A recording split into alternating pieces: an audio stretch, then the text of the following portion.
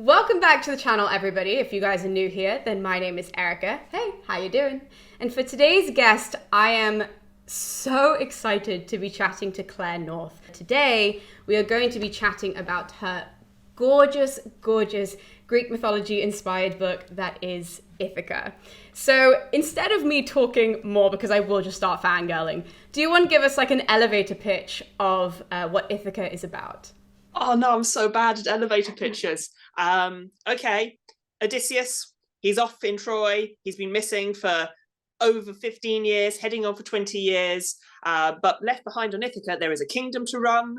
There's the harvest to get in, but also like the peace of Agamemnon is kind of disintegrating, isn't it? Like there's petty kings starting to go nom nom nom nom, vulnerable little island, and the only people left behind who can defend this island are the women, specifically led by Odysseus's long abandoned wife Penelope, who has to maintain order, keep the island safe, keep her people safe, all the time pretending to just be a weak and weeble woman in a world where male power is absolute. I think that was about 10 floors, maybe 12. It was quite a tall elevator. I think that was done really, really well. It's definitely better than what mine was going to be, so 10 out of 10. But actually, I think a really good place to start, I was thinking about sort of how to really start this conversation. But I was wondering where you first got exposed to Greek mythology in general, maybe specifically this story, and why you like gravitated towards this moment. I think like most people growing up within the Western canon, to be honest, you can't hit your teens without having been exposed to a retelling of a Greek myth or just a telling of the Greek myth in some genre or another, whether it's Brad Pitt's digitally altered calves or just, school. You're going to be exposed, yeah, I know, that vibe, but you're going to be exposed to something, however accurate or inaccurate it is. And I think the Odyssey is such a kind of canonical defining work of Western literature, you'd have to really try not to encounter it. So it was all the way through my youth, through my school. I was never a classic. I really wanted to do classics, but I was told you will have to learn Latin to do it. I was so bad at languages. So I sort of felt like it was in many ways a world I missed out on. So this was kind of like your way of just like grasping back at that and then having that moment. A little bit. I love history. I did study history because you didn't have to learn Latin. The story of the Odyssey and the Iliad has always felt so, it's going to sound boring, but I swear it's not, so gorgeously geopolitical. There's all these powers nibbling at each other. There's all this tension between city-states. And we talk about Agamemnon and the Greeks, but there was no unified Greece. There's this lovely, juicy world of people potentially out to get each other. People who are allies for the Iliad could very well and probably have been killing each other for the last many, many hundreds of years. And I think that's juicily delicious. Now, there's something, so I'm going to sound like a real fangirl, but anyways. So I went to your event in September with Jennifer Saint even and Elodie Harper at Waterstones Piccadilly. And I was sitting in the back row just like taking notes because I'm a nerd. But something that you said, which was really interesting to me, was that, because you just said you studied history, that the character of Penelope reminded you of Elizabeth I and her reign and her rule. So my knowledge of modern history is pretty much non-existent. And I don't say that to be funny. Like literally it's after 200 AD. To me, then like the Second World War happens and I have no idea what happens in the middle. So do you want to explain to us, one, why like Elizabeth I came to mind? And was that your starting point, or was Penelope your starting point and then sort of you connected the dots? I think they both sat in a very similar bucket for me. So when Elizabeth came to power, the first thing that happens is there's a pamphlet released called something like "The Last Blast Against Women," going, "Oh, women can't be queen. What a terrible idea. Women in charge. It's never, never." And she comes to power in an age where women in power is just not done. And if you were a woman in power, you had to marry as quickly as possible to legitimize your rule. Or you were considered a snake or a harpy, or you were Catherine de Medici, you were poisonous with your power, which was very similar to how Clytemnestra is represented a lot of the time.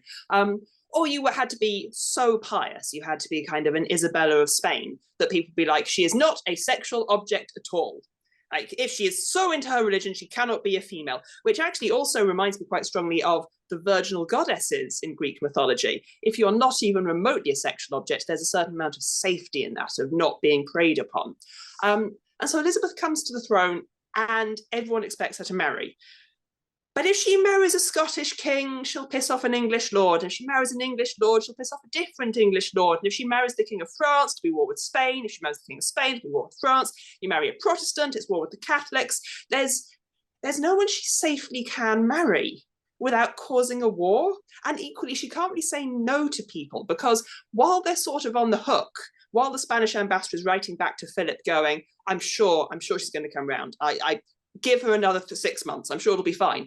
While that's happening, she can cement her reign and not be invaded. And so if you actually look at her correspondence, there's an awful lot of going, babe, I loved meeting you. Oh, you're fabulous. Oh, do send your brother. He'll have a wonderful time. And then nothing coming of it, which is bang up what Penelope seems to be doing in the Odyssey. And it feels like a very clever political choice. You can't necessarily be seen to just be going out there being a figure of female power, because then you are a Clytemnestra and it's unacceptable. You have to lean on male authority. But she has the problem that the male authority she's leaning on, Odysseus, is missing presumed. And so a bit like Elizabeth, she's spending all of her time unable to say no, because if she says no, she will absolutely have a war on her hands. People will definitely come in, because what's to stop them? Why not invade? It's only a small island, but a strategically relevant small island, just like England. So if she says no, she'll be invaded. If she says yes, she'll still be invaded. She is differently shafted. And I found that a really fascinating parallel. I also found it a really fascinating parallel for how power and women have and have not changed down the centuries. The fact that you can look all the way back to Homer and say, here are these archetypes of Clytemnestra, the dangerous woman with power, Penelope, the woman whose power flows from her husband and can't be seen to have her own. And yet thousands of years later, we still have these types of, oh, give a woman power and she won't be able to manage her feelings, or, you know, a woman who's not leaning on male authority as somehow being lesser, or not even projecting authority in a masculine way, must somehow be lesser. So I found the way power and women have evolved or not evolved really tasty. I was about to say definitely like not evolved, because also something that I heard you say, that again I have very extensive notes, was how when like people like to read these stories through history because there's like a very protective barrier of that. So I guess that, like, especially with this book and the way that you wrote it, it was a really safe way for us to look at that and to see all of these different archetypes, but in ancient times, without actually having to, like, look at someone in the face, if that makes sense. Yeah, but it's also fundamentally a book written with a modern voice for a modern audience. I think I'm not particularly interested in retellings that are just going over women suffered and wasn't it awful, because yes, it was, and women have and do and continue, and it is awful, but I'm not sure what that pushes us towards. It's important to highlight, but is it going on a journey? Oh, I used the word journey. Anyway, I think it's interesting to say, well, how did we get here? And to highlight and have people call out things that we have internalized as truth. I think it was very interesting looking at kind of the queens of Greece and going, we have internalized these ideas of a woman like Clytemnestra cannot have power because her hormones and her feelings will get in the way, dangerous. And you can look at something like, say, the Scarlet Witch in the Marvel Cinematic Universe and go, oh, here's a woman with power and it's dangerous because of her womb. Like, this trope is gazillions of centuries old. What are we doing? And you can look at kind of the figure of Penelope and say, most romantic literature, including to this day, is about finding the woman who waits for you. You know, she'll be there for you. She sees through your faults and your foibles, and eventually she forgives you.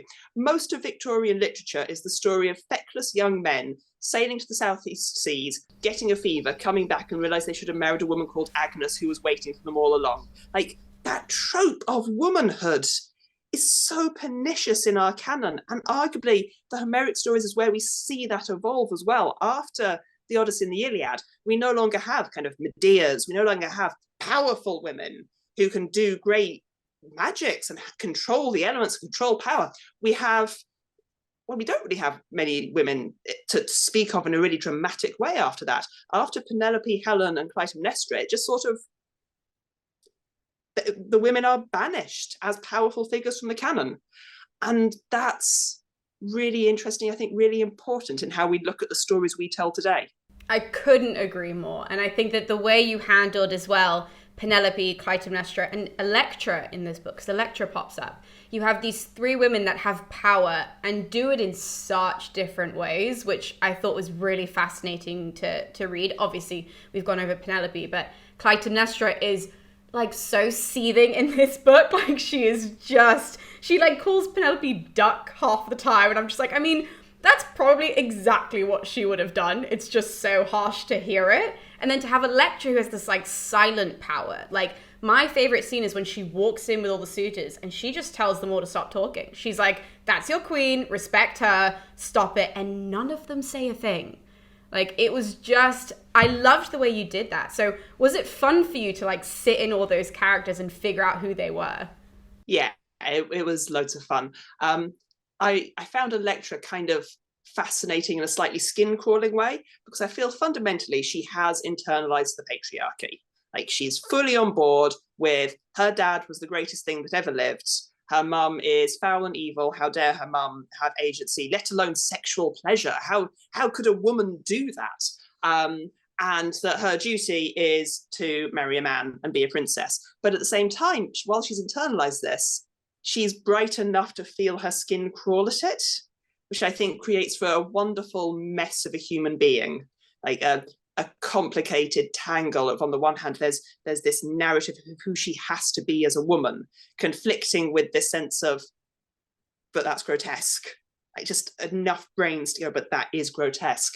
And she does have power, but her power very overtly flows from either her father or her brother. She wields power, and the way she wields it is almost very good at saying, I think you'll find that my brother Orestes, king of Sparta, king of kings, wishes you to know X.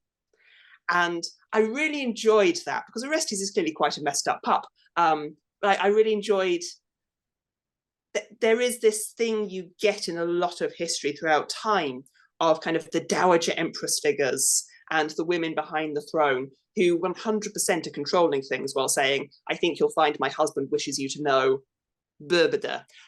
You most famously got in kind of courts like the Chinese courts had a lot of very powerful senior women controlling endless useless sons, locked in the kind of the concept of the gilded cage. And the Ottoman court as well had a lot of kind of mothers of the Sultan being all like, my son is currently out hunting, will be out hunting for the next 15 years.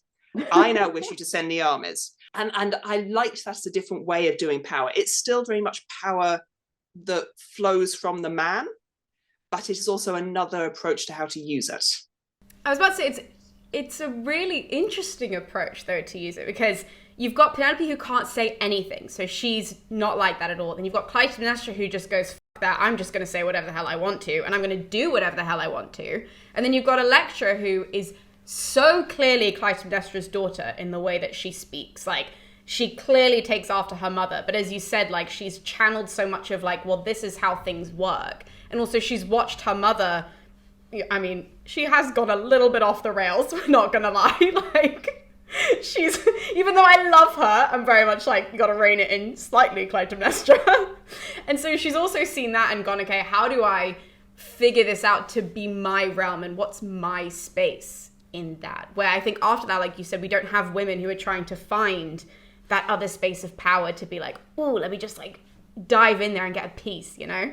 But in a tragic way, I hate to say this, I don't think there's going to be that many women watching this who've not had that moment of, say you're dealing with a plumber, or like you there's something you need to fix, and there's always that slight temptation to go, oh, my husband said X, or my boyfriend said Y, because even to this day, it's sometimes just, I hate to say, easier to lean on male authority on matters of plumbing, but also so many other things. And it just sickens me to my stomach that I sometimes catch myself thinking, am I going to explain patriarchy? Or am I just going to go, oh, my husband wanted to ask the relevant thing that I already wanted to ask?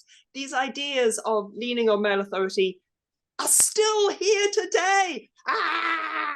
Well, another very strong female character that you spoke about, who is somebody who I guess, I don't want to say that she ever channels herself through her husband, because she certainly doesn't, but she is given a very, very bad rap, and I like that people are coming to her nowadays and not seeing her that way, is Hera, because Hera tells your story. So for those of you who don't know, who are not nerds on the outset, she's the queen of the gods. And so she has a very, very rough time in mythology. And I was wondering why you chose her to be your narrator. There were two reasons. Firstly, when I started writing it, I was just writing straight up geopolitical drama of, well, what would happen economically and who would stab whom. And then my editor turned around and said, remember, we're a fantasy imprint. Please keep that in mind. So I was like, oh, okay. And so I used Hera's narrative voice because I thought it would be lovely to infuse some of that divinity and the power of gods and this like sense of mystery into it. But also more relevantly, going back to that thing of how the women kind of drop out from the canon, out of storytelling after this point. Arguably, when you look at some of the historical record, there is some evidence and some argument to suggest that in pre-Homeric times, even before the Mycenaean age, people were worshipping mother goddesses. The figure of the pregnant woman, of Mother Earth, is scattered all over human history, including in Greece. And arguably what you can see, where you could argue what you can see in some of these stories, is a move away from powerful women. And Hera's mythological journey could arguably be seen as a journey away from Mother Earth, mother giver of life, kind of the womb, a really powerful figure, kind of in prehistoric art and prehistoric archaeology, an incredibly powerful figure of womanly power, to being the dowdy wife. And arguably this story, I think, is quite a nice beat on that journey, a kind of quite strong punctuation mark on the journey from Mother Earth, mother goddess, to wife of Zeus, stays at home bitching about her husband's appalling behavior. But still, fundamentally, when we talk about the Odyssey and the Iliad, we're talking about storytelling. We're talking about a birth of storytelling. And I think it's really interesting to look at the power of that story and what it's done to us down the millennia. And I'm talking a lot about women. It's done a lot of damage to men as well, because not everyone's going to be an Achilles. Like the toxicity of the stories we've relayed through time, but also how they've transformed us as a culture and as a society. And I think it was interesting to use Hera as an example of transformation from the powerful mother goddess figure to the wife of Zeus, who everyone points and laughs at. Well, that was a really interesting point that you just said about how it's also toxic for men, like all of these archetypes and everything. So is that something that you would want to explore in like future writing, or are you just going to stick on women? Because now I'm thinking about that, and that is actually very interesting to think of how, like, the men I don't think are inherently, like, not all of Agamemnon is toxic, but not all of them are inherently toxic, because a lot of them are just living up to their own standards in mythology, which I guess who made that standard for them to live up to. Now I'm going down this rabbit hole. Why would you say that? Well, I think it's really important and interesting because I think that the patriarchal ideas that have transmitted down through our storytelling, our culture, have been incredibly poisonous for men. I think in the book, the most interesting character I found for poking at that is Telemachus, because he's a young man raised without a dad, and he's internalized these ideas that again have been transmitted through stories, through the bards singing the songs in the halls, often with quite a geopolitical motive. There's nothing Penelope likes more than having people remind everyone that her husband will definitely kill them when he comes back should they cross the line. But still, if you're a young man and you've grown up listening to these stories of impossible heroes and impossible masculinity, then of course you've got this idea of who you need to be. And who you need to be is a story. It's an impossible story of strength and bravery and stoicism and not complaining about spending 10 years living with sandflies. It's this impossible ideal that no one would ever live up to in reality, but it's transmitted down to each generation after each generation. And I think in the case of Telemachus, you can see it, and certainly over the course of the trilogy, I hope you can see it, really getting under his skin, this idea of the man he's supposed to be, and how he doesn't think he can ever live up to that, because no one can live up to that. No one can live up to the stories of these heroes. And trying to do so and not fulfilling that is just a recipe for psychological pain and disaster. Well, I mean, with Telemachus, especially in the Odyssey, even though he is awful, I am somebody that vouches for him quite a bit, because I'm thinking, if he's in the situation that he's in, he's a young man just on the brink of manhood. He's got all of these suitors in the palace. They're all literally plotting to kill him. Like, there's only so many ways that he could act without being killed. Like, it's not a situation of him sort of being like, I'm just going to be a brat for the sake of it. He's kind of been backed into this corner of, I've got to show that I'm the son of this great hero. He doesn't even know. So he doesn't even know what this guy is actually like. We don't know, he doesn't know even, that he's been crying on an island for the last 5 years, looking out to the sea. Like, that's all he's been doing. Yeah, I think Telemachus is in a really horrid situation, but even I think in the Odyssey, his actions speak of someone who's never really stopped to question anything. I mean, already when dealing with this narrative, there's a lot of stuff you have to not question. You don't question the role of women. You don't question the role of slavery, because people just don't question this at the time. And though there's almost an innocence in not questioning things, there's also a guilt in it, I think. That's another important part, I think, of looking back at these ancient stories and seeing how they've affected us, because we can carry the weight of them in ourselves quite innocently. We kind of internalized a lot of the ideas that they have promulgated through our society. But if we don't take 5 minutes every now and then to stop and go, hold on a second, is that cool? Then I'm not sure what we wish to transmit to the next generation. You know who I thought was a really, really good male character in your book, though, was the Egyptian, who is the suitor that comes. I loved him. Where did he come from, and why did you decide to include him? I wanted someone dishy. I just wanted someone nice. I mean, there are some quite nice blokes turning up, like arguably Medon, the old herald, who is a bit of a podge from other characters, is a sweetheart. But I hate to say it, I believe the hashtag we're looking for is hashtag not all men. I wanted someone actually kind and actually well-meaning, and actually someone who Penelope could be interested in. She is a sexual creature. Fundamentally, I think it seemed to me implausible that she would not be in some way a mildly sexual creature. She might have to pretend not to be and be cold as ice, but she's still a human being. And it seemed a bit boring in a way not to give her access to even someone who was remotely not a dirtbag. Whether or not that can work out well for her in the future. But yeah, it's human. I wanted to humanize that experience, and just add a little bit more humanity to the story. Because otherwise it can become quite oppressive quite fast. Like, that world can feel very oppressive very fast, and it doesn't have to be. Well, definitely. And I completely agree with that. And I think as well, when you take into consideration, there were like 100 and something suitors. I did count, I forgot. They're like 100 and something who are in the palace though. Like, there are so many of them. And the only ones we see in the Odyssey are genuinely awful people. Like, the ones who talk, you're just like, stop. I don't know why you don't have a filter. I don't know why you keep speaking. Penelope's sitting there going, are you serious? Like, you could have said anything else out of your mouth. So it was nice to see one of them, and also a plausible one as well. I think a lot of people forget how, like, international with regards to the Mediterranean the Greek world was at the time. So it was nice to throw in somebody from North Africa that could come in and also represent them in a nice way. Yeah, it was also important, I think, to show a bit of the diversity in terms of where Ithaca actually is, as much as you are on this important sea lane running all the way from kind of the amber forests to the north down to Egypt in the south, which I think, yeah, it was a busy and diverse world. And fundamentally, trade at that time was important. There was communication and cross-cultural pollination. And I think that's really interesting and not necessarily spoken of when looking at it. So you said this book is part of a trilogy, which I'm incredibly excited for, because the cover for the next book, which is House of Odysseus, has been released, and against the orange, for anybody who wants to know and is like a design geek like me, it is blue, and they're going to look so nice next to each other on my shelf. So I was wondering if you could tell us anything, like even just a little snippet of what to expect from the House of Odysseus. Hell yeah. So it deals with some of the consequences of what happens in book one, without spoiling as much as I can.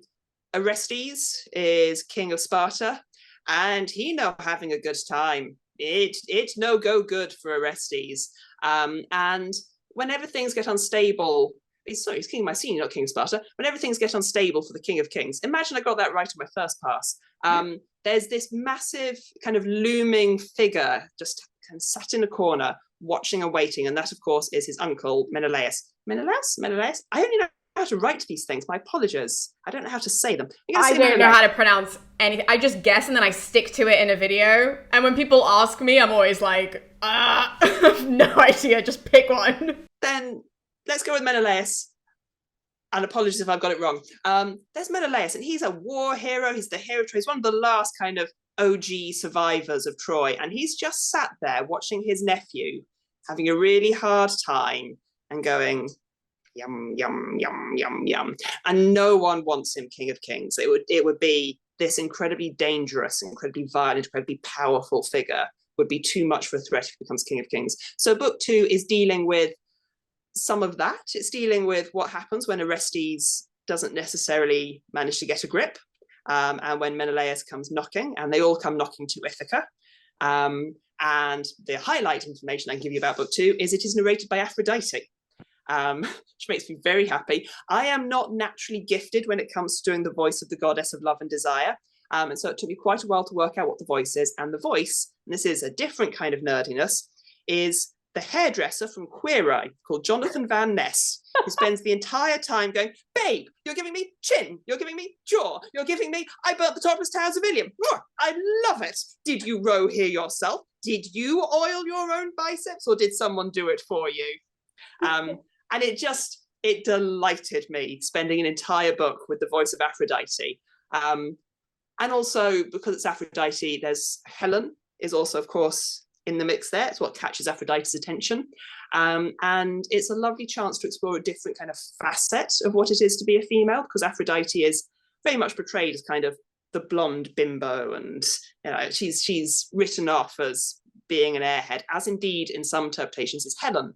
And so it was really interesting to explore that aspect of womanhood, and that aspect again of a different kind of female power, all while Menelaus and Orestes seem differently determined to set the world on fire.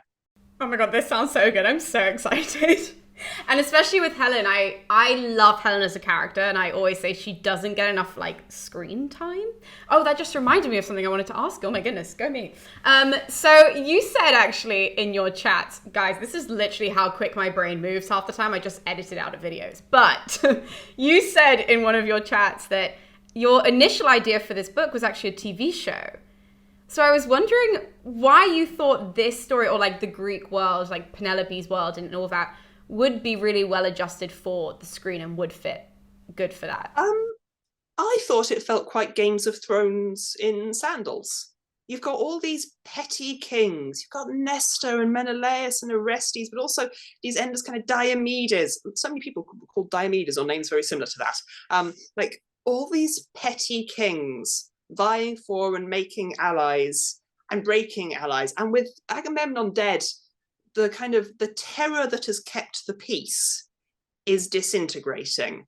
And so it just struck me as a lovely setting for espionage and people stabbing each other in the back and petty political wranglings. And did you send those pirates, or did he send those pirates? And who's actually working for whom? It struck me as a really lovely, just straight up kind of whodunit, stabby, political intrigue drama. But unfortunately, I was told that sandals aren't sexy.